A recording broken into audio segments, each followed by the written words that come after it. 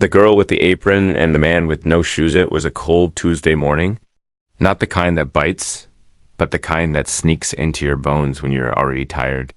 Downtown Los Angeles was waking up slowly, just like every other day. People rushed past the corner diner, eyes on their phones, hearts on their deadlines. Inside the diner, the smell of bacon and burnt coffee hung in the air like a promise of comfort. Amy stood behind the counter, tying her apron for the fourth time that morning. She was 22, with tired eyes and calloused hands. Her hair was always pulled back in a loose ponytail, and her shoes squeaked when she moved too fast. Amy worked the morning shift 6 days a week. Tips were small, but she smiled anyway. "Always, you okay, kid?" asked Martha, the cook, flipping pancakes behind the pass. "Yeah," Amy said, forcing a smile. "Just another day." The bell above the door jingled. Amy turned and saw him. He was thin, maybe 50, maybe 70. It was hard to tell.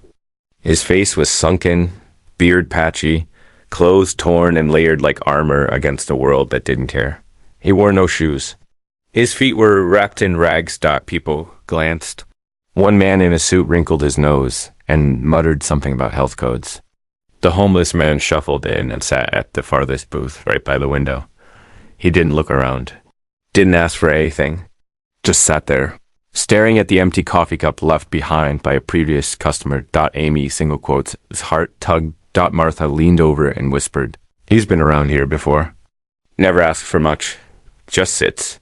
Don't got the heart to chase him out." Amy nodded. She grabbed a fresh cup and filled it with hot coffee. Then she grabbed a plate, put some scrambled eggs and toast on it, and walked over. "Hi," she said softly. "You hungry?" The man looked up. His eyes were dark, but gentle. I don't have any money," he whispered. "Don't worry," she said, placing the plate in front of him. "Breakfast's on me." He stared at the food, then at her. "Why?" he asked. Amy shrugged. "Because you look like you need it, and because I can." He held the fork like it was made of gold. "Thank you," he said, voice cracking as he ate, slow and careful. Like he was afraid it might vanish. The diner kept moving. Orders came in. Eggs sizzled. Phones rang. Life continued. But in that small corner booth, something sacred was happening. A moment of quiet kindness. A moment nobody noticed. Except someone did. 5 minutes later, the door opened again. No one looked up at first. Just another customer. But then came the hush. The kind of silence that rolls in and settles like fog. People began to whisper. Amy turned. A tall man in a gray hoodie, jeans, and sneakers stood in the doorway. Nothing flashy, nothing loud. But his face was familiar. Too familiar. Someone gasped. "Is that Sundar Pichai?" Amy blinked. No, couldn't be. Sundar Pichai, the CEO of Google. "Here?" The man smiled gently and walked in. He looked around as if searching for something. "Excuse me," he said to Amy, his voice soft but sure. "Is this your diner?" Amy shook her head. "No, I just work here." He said, eyes scanning the room until they landed on the homeless man, now wiping crumbs from his plate with shaking hands. "Did you give that man food?" Yeah," she said, her voice uncertain. Sundar smiled again. "That's good," he said. "Very good." She stared at him, confused. "I don't understand." He walked over to the homeless man and gently placed a hand on his shoulder. "Hello, old friend," he said. The entire diner froze. The homeless man looked up, his eyes wide. "Sonny?" He whispered. Amy dropped the coffee pot. The bell above the door jingled again. But no one noticed. Everyone was watching. Everything had changed. Cliffhanger for part 2. Who was the homeless man to Sundar Pichai? Why did Sundar call him old friend? And how did a waitress's simple act of kindness begin a chain reaction that would shake the entire city? Asterisk, the name he never spoke. The entire diner was still. Forks frozen midair, coffee cups trembling slightly in hands that had just moments ago been casual, distracted, or annoyed. Now, every eye in the room was fixed on the man in the hoodie, on Sundar Pichai, the CEO of one of the most powerful tech companies in the world, who stood beside a homeless man with no shoes and eyes full of stories no one had cared to ask about.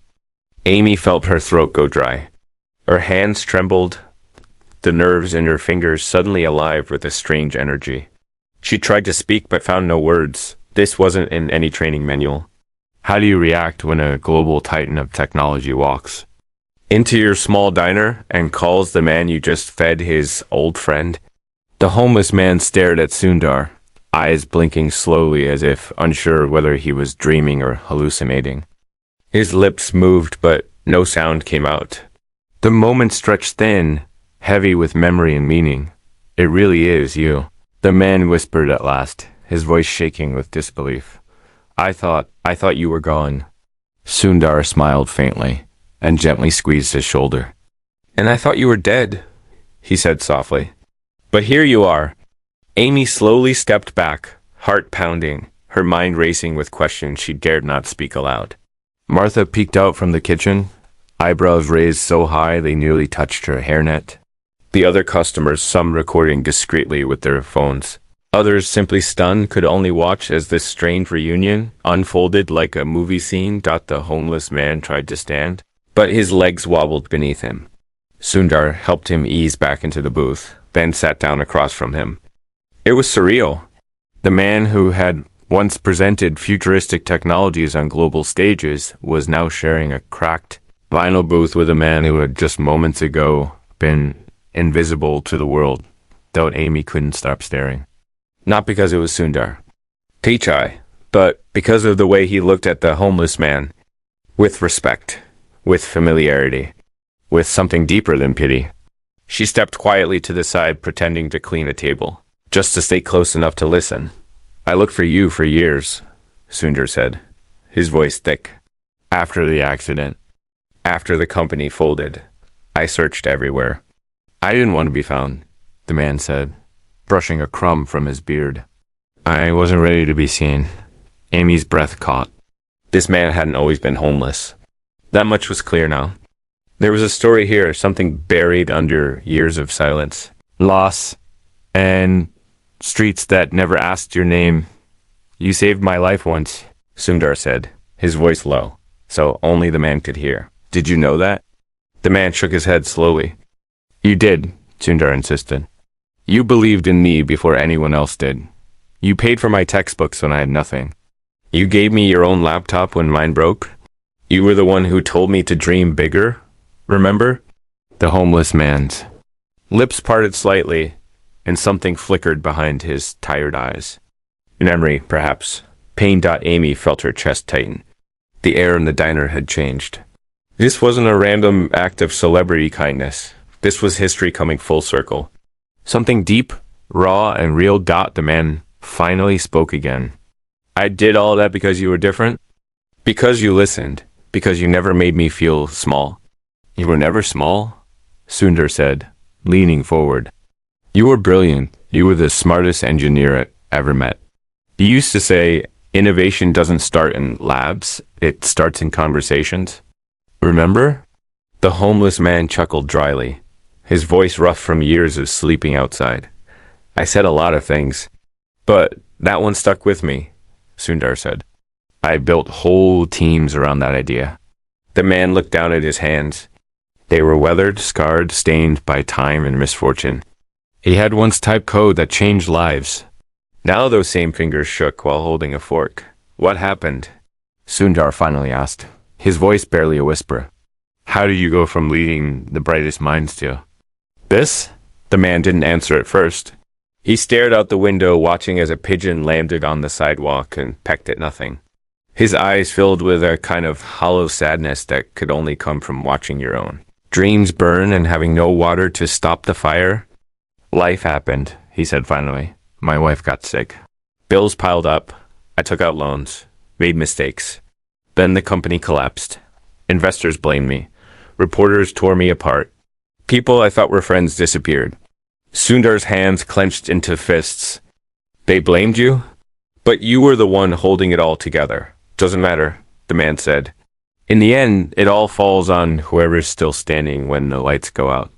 Amy blinked back tears. She didn't even know this man's name.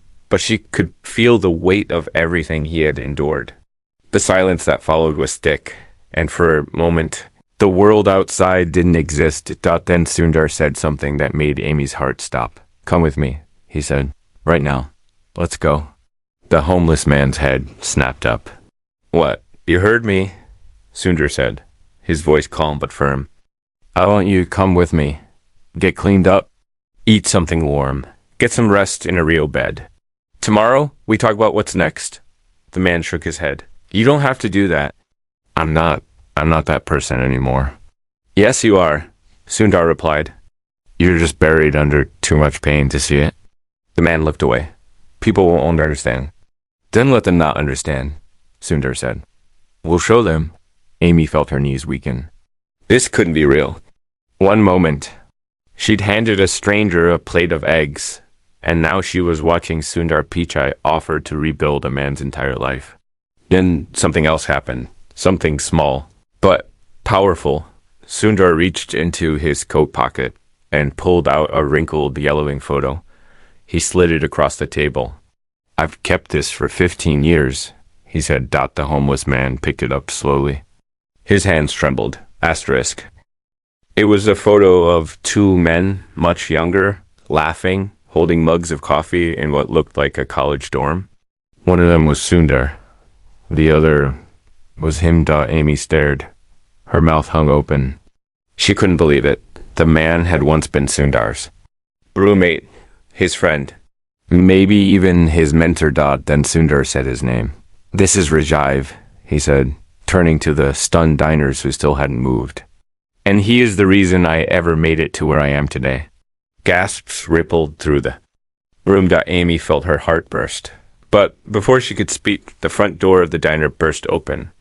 Two men in suits rushed in, scanning the room with urgency.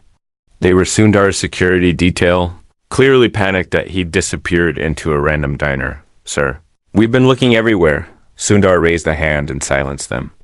"I'm fine, I needed a moment." One of the men glanced at Rajiv and frowned. "Is everything ... all right here?"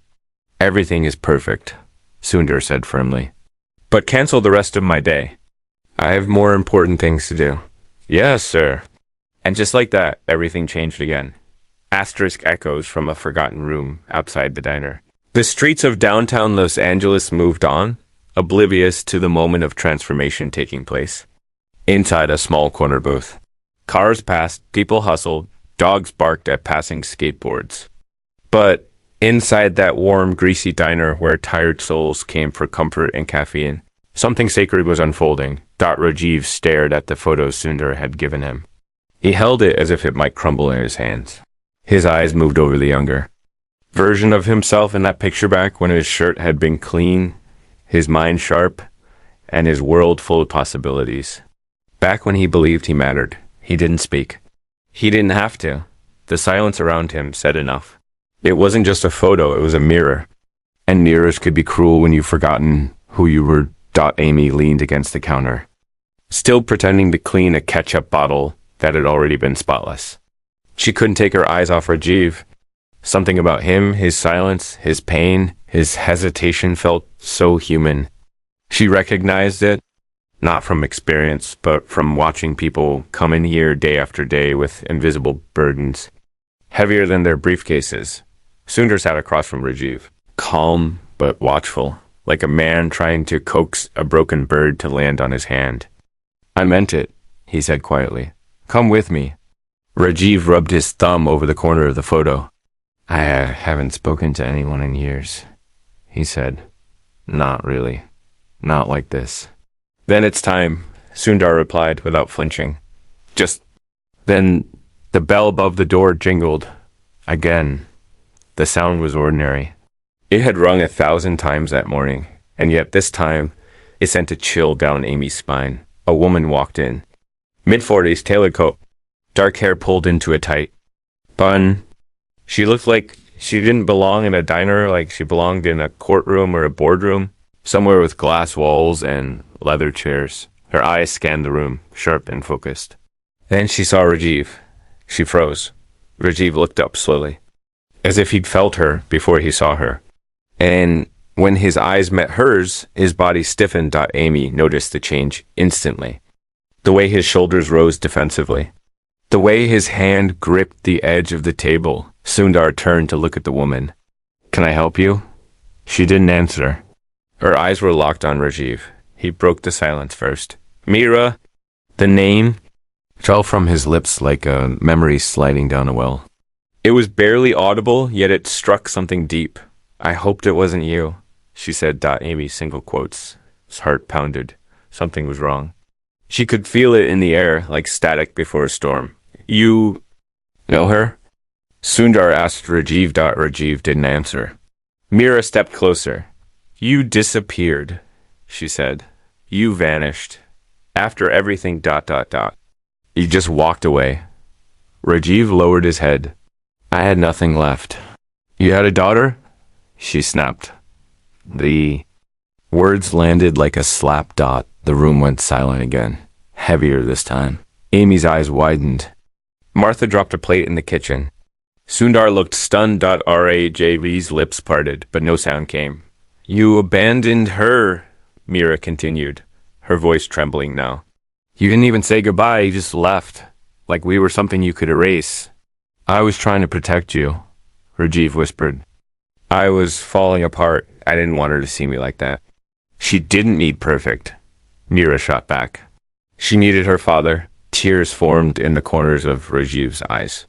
He didn't wipe them away. He just let them fall, maybe for the first time in years. Sundar looked between them, slowly piecing together what this meant. Rajiv hadn't just lost a career or a company. He'd lost a family. Amy felt a knot tighten in her chest. She had never seen so much pain compressed into one small room. And still, none of it felt hopeless. Just unfinished. Where is she? Rajiv asked, voice barely a whisper. Mira opened her purse and pulled out a folded piece of paper. She placed it on the table. College in San Diego, she said. Honor roll. She's studying biology. She wants to be a doctor. Rajiv's hands trembled as he unfolded the paper. It was a photo blurry, printed from an email. A girl in a graduation cap holding a bouquet of sunflowers. She looks like her mother. Rajiv whispered. She looks like both of you, Mira said, more gently now. And she asks about you. Every birthday, every Christmas, every time something good happens, she wonders if you would have been proud. A sob escaped Rajiv's throat. Not loud, but broken and raw. Sundar stood up and placed a hand on his shoulder. You can still fix this, he said. It's not too late. Rajiv shook his head. You don't understand. I've done things. Things I'm not proud of. We all have, Sundar replied. But shame only wins when it keeps us silent. Amy stepped forward. She didn't plan to. Her feet just moved. He's not the same man anymore, she said quietly. Maybe that's the point. Maybe he's better.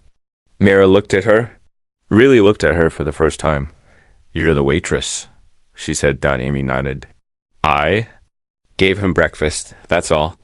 No, Sundar said, shaking his head. You gave him dignity. The room felt silent again, but this time it felt like something had shifted. Not broken, just cracked open enough to let light in. Mira sighed and sat down at the booth, across from Rajiv. I didn't come here to fight, she said. When I heard from someone that you were spotted in this neighborhood, I had to see for myself. I don't know how to face her, Rajiv said. Then start by facing yourself, she replied. You were her hero once. Maybe you still can be. Amy couldn't hold her tears anymore. They rolled silently down her cheeks. She didn't? Wiped them away. Outside, the morning had turned to afternoon. The diner was still, filled with quiet people who had stopped eating to watch a miracle unfold. Sundar sat back down. I have an idea, he said. It won't fix everything. But maybe it's a beginning? What idea? Rajiv asked, voice hoarse. Come with me to Mountain View, Sundar said. Not for pity. For purpose. We're launching a mentorship program for young engineers. We need someone who's been through both failure and brilliance. Someone real. You want me to teach? I want you to live, Sundar said, Rajiv looked at Mira. She didn't speak. She just gave the faintest nod. Can I think about it? Rajiv asked. Yes, Sundar replied, but not forever. They sat in silence again. But this time, it was peaceful, hopeful. Then Rajiv did something that shocked everyone. He stood up slowly, shakily, but with a strange, quiet strength. He looked at Amy, then at Mira, and finally at Sundar. I think I'd like to go, he said. But just as they turned to leave, a loud voice cut through the silence. That man stole from me 3 years ago. Someone shouted from near the door. Everyone turned. A man in a suit stood at the entrance, red-faced, angry, eyes locked on Rajiv. You think he's some kind of hero? He's a liar and a thief, the man spat. Ask him what he did with our investor money. Amy's stomach dropped. Rajiv's face went pale. Meera stood, protective. And Sundar. Sundar didn't flinch. Asterisk when the past kicks the door opened. Diner's atmosphere shifted in an instant. The warmth that had been slowly returning to Rajiv's drained away like color from a photograph. The air turned heavy, not from the weight of accusation alone, but from the sudden realization that healing was never a clean road. Sometimes the past waits in silence only to kick the door open at the very moment. You begin to stand tall again. The man in the suit stood at the threshold of the diner like a verdict. His eyes didn't blink. His jaw was clenched. Everything about him screamed anger, not the kind that erupts without thought, but the kind that has simmered for years, fed by bitterness, blame, and maybe even betrayal. Rajiv didn't move. It was like his body remembered something his mind had long tried to forget. He stood frozen, not in fear of the man's presence, but of the truth his voice carried. The truth he had hoped would remain buried beneath years of silence and shadows. Sundar stepped forward calmly, putting himself between Rajiv and the man. Not aggressively, but with quiet authority. Who are you? He asked, his voice steady. Man pointed directly at Rajiv. I'm Andrew Valdez. I was one of the early investors in Rajiv's startup Skybridge AI. I lost everything when it collapsed, and I'm not the only one. Asterisk Amy watched the entire exchange with her heart racing. The diner felt smaller now, like the walls had moved in. She glanced at Mira, who looked torn, conflicted between anger and defense. Between the past she knew and the man standing before her, now. Rajiv exhaled shakily. I didn't steal from you, he said quietly, finally breaking the silence. I made mistakes, yes, but I never took money from myself. That's easy to say now, Andrew snapped. But your silence back then ruined lives. I lost my house. My brother lost his job. Families broke because of what happened. And you vanished. I vanished because I was ashamed, Rajiv admitted, voice cracking. I couldn't fix what broke. And every time I tried to speak, the media twisted it. I became the face of a failure that wasn't entirely mine. You think that excuses it? Andrew barked. We trusted you. We believed in you. I know, Rajiv said, his eyes filling with tears again. And I carry that every single day. I see your faces when I sleep. I see my daughter's face, my wife's, every investor, every employee, every friend I let down. I never stopped carrying the weight. The diner was utterly still. No plates clinked. No coffee poured. Even the security detail remained silent, unsure of whether to intervene or simply bear witness to a moment too raw to disrupt. Sundar turned to Andrew. What happened to Skybridge was a tragedy, he said carefully. But I remember the timeline. The pressure, the bugs in the algorithm, the leadership betrayals, some of which came from within your own investor circle. Andrew scoffed. You're defending him because he's your friend. No, Sundar said plainly. I'm defending him because I know what it's like to be blamed for the fall of something bigger than yourself. I know what it's like to walk through fire and survive. Andrew hesitated. His expression shifted for just a moment. Not to forgiveness, but to confusion, to doubt, as if Sundar's words had cracked something inside him, even if just a little. Rajiv stepped forward, his voice stronger now. I can't undo what happened. I can't get your house back or your brother's job, but I want to make things right. How? Andrew sneered. You don't even have shoes. Amy winced at the words. They hit like knives, not because they were false, but because they were cruel. Sundar, without breaking eye contact, removed his own shoes. Simple sneakers? He walked over to Rajiv and placed them in front of him. Then let's start there, Sundar said softly. Wear mine. A hush fell over the room. It was a gesture so humble, so disarming, that even Andrew couldn't react. For a long moment, the act said everything that words couldn't. It said, you're not alone. It said, I believe in you. It said, you're still worthy. Rajiv stared at the shoes, then slowly knelt down and slipped them on. They didn't fit perfectly, but they were enough. And more than anything, they were a reminder that his worth had not vanished with his wealth. Amy felt something rise in her chest that she couldn't name. Respect, maybe. Or awe, or just the raw ache of witnessing something true in a world where truth had become rare. Meera stepped beside Rajiv and faced Andrew. He's not asking for forgiveness, she said quietly. He's asking for a chance. Maybe we should all consider what we need to let go of to move forward. Andrew looked at her, then at Rajiv, then finally at Sundar. I don't know. If I can forgive you, he said, but I'll stop standing in your way. He turned and left. No more words. No threats. Just a man too tired to carry hate any longer. The bell jingled softly behind him. Amy finally let go of the breath. She hadn't realized she was holding. Rajiv stood still, the shoes grounding him. He looked at Sundar, then at Meera, and finally at Amy. Thank you, he said, not to one of them. To all of them? Sundar nodded. This is just the beginning. Can I really come with you? Rajiv asked, to Mountain View. Not as charity, Sundar said, but as a partner. Someone who still has something to give. Someone who still has a story worth telling. Rajiv swallowed hard. Then he nodded. Okay, let's go. But just as they turned to walk out, Amy spoke. Wait, everyone turned. She took a deep breath. Before you go ... I need to ask something. Not for me. For everyone here. Go ahead, Sundar said gently. Amy looked at Rajiv. What would you say to someone who's just starting? Someone who's poor, maybe broken, maybe lost. Someone who thinks their dreams don't matter because the world won't see them. Rajiv paused. Then, with a steadiness that surprised even him, he said, I'd say, you matter more than you know. Not because of what you have or who knows your name, but because you're still here. And as long as you're here, you still have something to give. Even if all you have is kindness. Amy smiled through her tears, and with that, Rajiv walked out the diner door in Sundar's shoes, surrounded by the kind of silence that follows truth. Meera followed beside him. Sundar walked just behind Dot as they disappeared down the street toward the waiting car.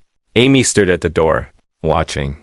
She would never forget this day. But what none of them knew, what no one saw, was the teenager sitting in the far corner of the diner. Hood up, earbuds in, head down. But he had seen everything. And he was recording. Asterisk. The world begins to watch. Night fell gently over the city, casting long shadows over sidewalks still warm from the sun. Inside the diner, the hum of the neon sign outside flickered like a heartbeat. Amy sat at the counter, hands wrapped around a lukewarm cup of coffee she'd reheated twice but hadn't sipped once. Everything inside her felt different, not louder, not quieter. Just more alive. It had been only a few hours since Rajiv had walked out the door wearing Sundar's shoes. Since he had faced a ghost from his past and chosen to step into the unknown anyway. But something had shifted in the air, like a wind had changed direction, bringing with it the scent of something new, uncertain and hopeful. She didn't know what it was at first. Not until Martha came out from the back, apron dusted with flour, and held up her phone with trembling hands. Kid, she said, voice full of disbelief. You need to see this. On the screen was a video grainy, shot from a corner booth, but unmistakable. It captured the moment Sundar had given Rajiv his shoes. The confrontation, the honesty, the silence. It had no background music, no editing, no captions. Just truth. Amy leaned in as Martha hit play. Her heart pounded with every second that passed. She could hear her own voice in the background, the scrape of chairs, Sundar's calm tone, Rajiv's broken confession, and then the moment he said the words that still echoed in her chest. As long as you're here, you still have something to give. Even if all you have is kindness. By the time the video ended, Martha's hands were shaking. This thing has 2 million views, she whispered. And it was posted less than an hour ago. Amy's eyes widened. 2 million. Martha nodded. Some kid named Yalan uploaded it. Said he was in the booth across from Rajiv. People are calling it the man with no shoes moment. Outside, headlights passed. Horns honked. But inside the diner, it felt like time had paused again. Amy took the phone and refreshed the video. Now it was 3 million views. HAES had exploded across social media. Hashtag man with no shoes. Hashtag Rajiv redemption. Hashtag Sundar stood still. Hashtag worth more than wealth people. Weren't just watching, were reacting, writing, sharing their own stories. Some had been homeless. Others had fallen from heights they never imagined. Many more were simply ordinary people who saw something in Rajiv's trembling hands and Sundar's steady ones that they recognized in themselves. In a matter of hours. Rajiv, the man who once disappeared without a trace, had become a symbol. Not of failure, but of survival. Miles away. In a quiet hotel room overlooking the San Francisco Bay, Rajiv sat on the edge of the bed. He wore clean clothes now, donated by Sundar's team. His hair had been trimmed. He had showered, shaved, and, for the first time in years, looked at his own reflection without flinching. But he was far from at ease. His fingers trembled over the screen of the tablet Sundar had given him. He scrolled through post after post, comment after comment. Some were kind. Others were vicious. The world, he realized, never offered love without judgment. They're calling me a fraud again. He whispered. Mira sat across from him, her eyes soft. They're also calling you brave and real. And worth listening to. He looked up, eyes wide. Do you believe that? She didn't answer right away. Instead, she walked over and sat beside him. I believe you hurt people. And I believe you hurt yourself even more. But I also believe that standing in front of your past like you did today, that takes a kind of courage most people never find. He swallowed hard. I don't know if I'm ready for this. The attention, the pressure, the noise. You don't have to be ready, she said. You just have to be honest. The rest will follow.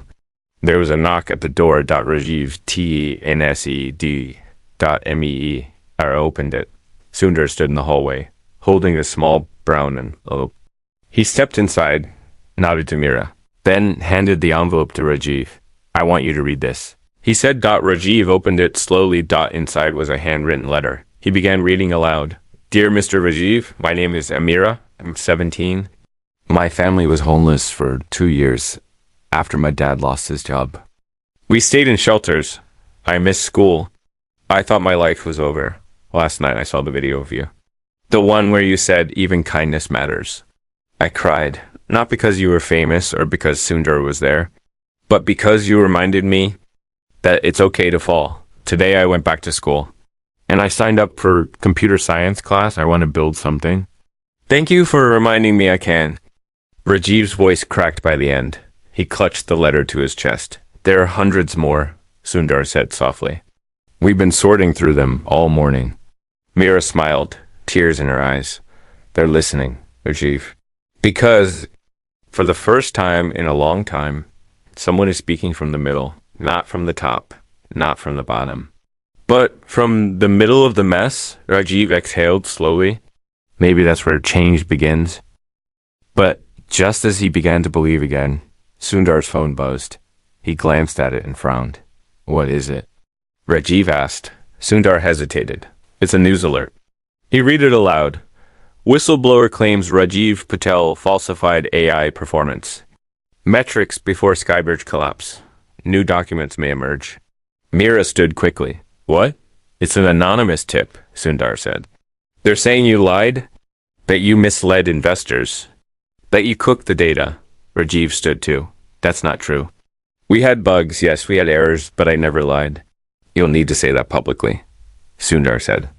Soon, Rajiv's breathing quickened. They're going to destroy me again. Mira stepped forward. Then we face it. But not like last time, not alone. Sundar nodded. You'll hold a press conference tomorrow. You'll tell the truth. All of it. Rajiv's voice dropped. And what if the truth isn't enough? Sundar didn't flinch. Then we let the world decide what it believes. But we speak it anyway.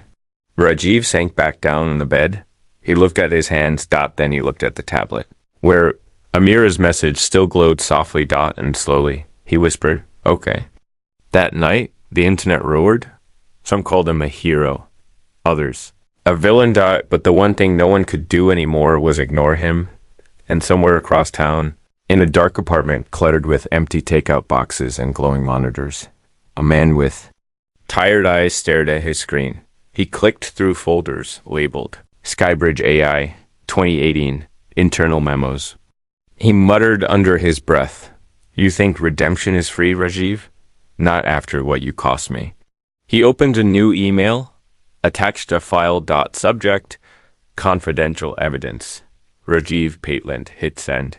Asterisk the fire and the Flemeth. Morning air over San Francisco was sharp with cold. But inside the Google auditorium, the heat was rising, not from temperature, but from anticipation. A sea of reporters, bloggers, tech analysts, and live streamers filled every seat. Camera crews perched like birds along the edges. Cell phones were raised. Voices whispered across aisles. Tension wrapped the room like a wire pulled taut on stage. A single podium stood under a pale spotlight. Behind it, a plain white backdrop bore no logos, no slogans, only the words, Truth Matters. Rajiv stood just beyond the curtain. His palms were sweaty. His heart thudded against his ribs like a war drum. In the mirror backstage, he barely recognized the man staring back. He wore a blazer, pressed jeans, Sundar's old watch, and beneath it all, a chest full of fear and a spine trying to remember how to stay straight. Mira sat in the front row, her gaze steady and warm. Amy had flown up from Los Angeles that morning and now stood in the wings with a camera slung around her neck. And Sundar, calm, composed, quietly present, stood beside Rajiv. You don't have to be perfect, Sundar said, his voice low. And even, just be honest, they'll feel it. Rajiv nodded, more to himself than anyone. What if they hate me? Then they do, Sundar said. But you don't speak for them. You speak for every kid watching who thinks one mistake erases their future. Rajiv looked at his shoes.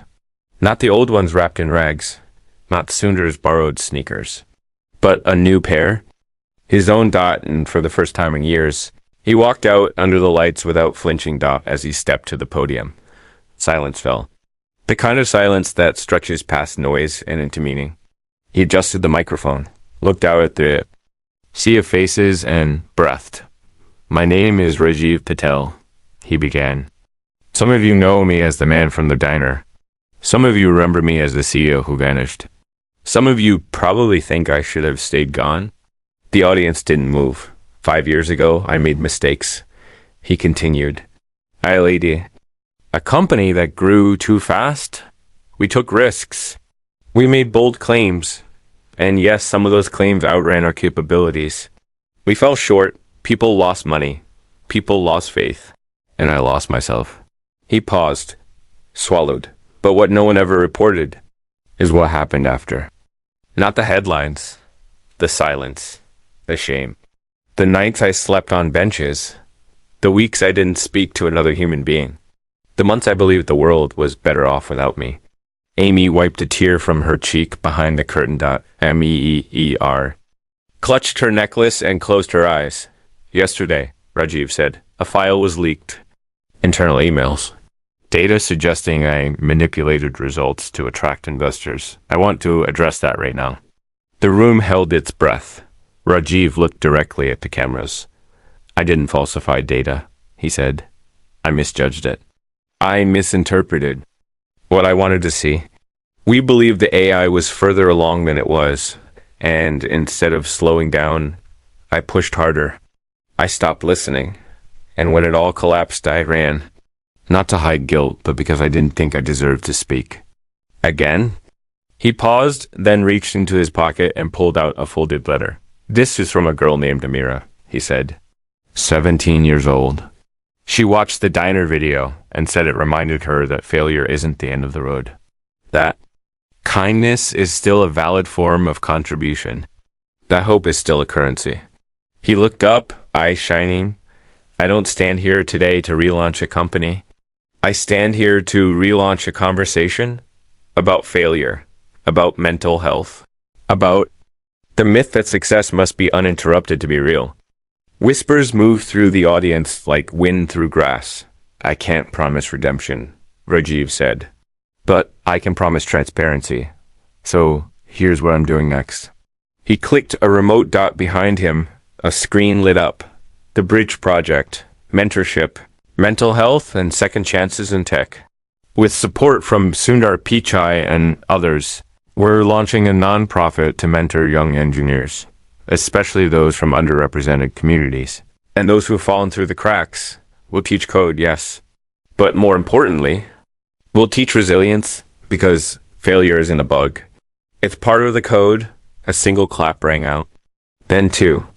Then the room erupted. It wasn't polite applause. It was thunder. The video of the speech went live within the hour.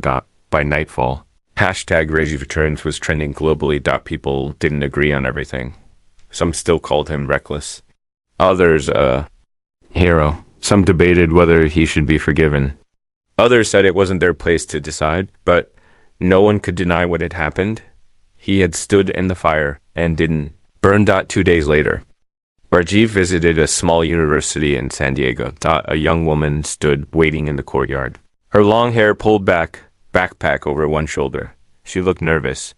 But when she saw him, her eyes lit up with something he hadn't seen in years. Recognition. He stopped just a few feet away. Hi, he said softly. I'm Rajiv, your father. She didn't speak at first. Then she stepped forward and hugged him, not tightly, not desperately. Just long enough to say, I'm listening. Back in Los Angeles. Amy stood at the diner counter with a fresh pot of coffee in her hands. A new customer walked in, disheveled, tired, eyes full of story. Sat in the same booth Rajiv had once claimed. Amy walked over with a plate of eggs. Hungry? She asked. The man blinked. I don't have, don't worry. She smiled. Breakfast, Sunday. As he took the plate, she turned toward the window and watched the sun rise over the city. She had no idea where her small act of kindness would start next. But she had learned something from the man with no shoes. Even when the world forgets you, kindness remembers.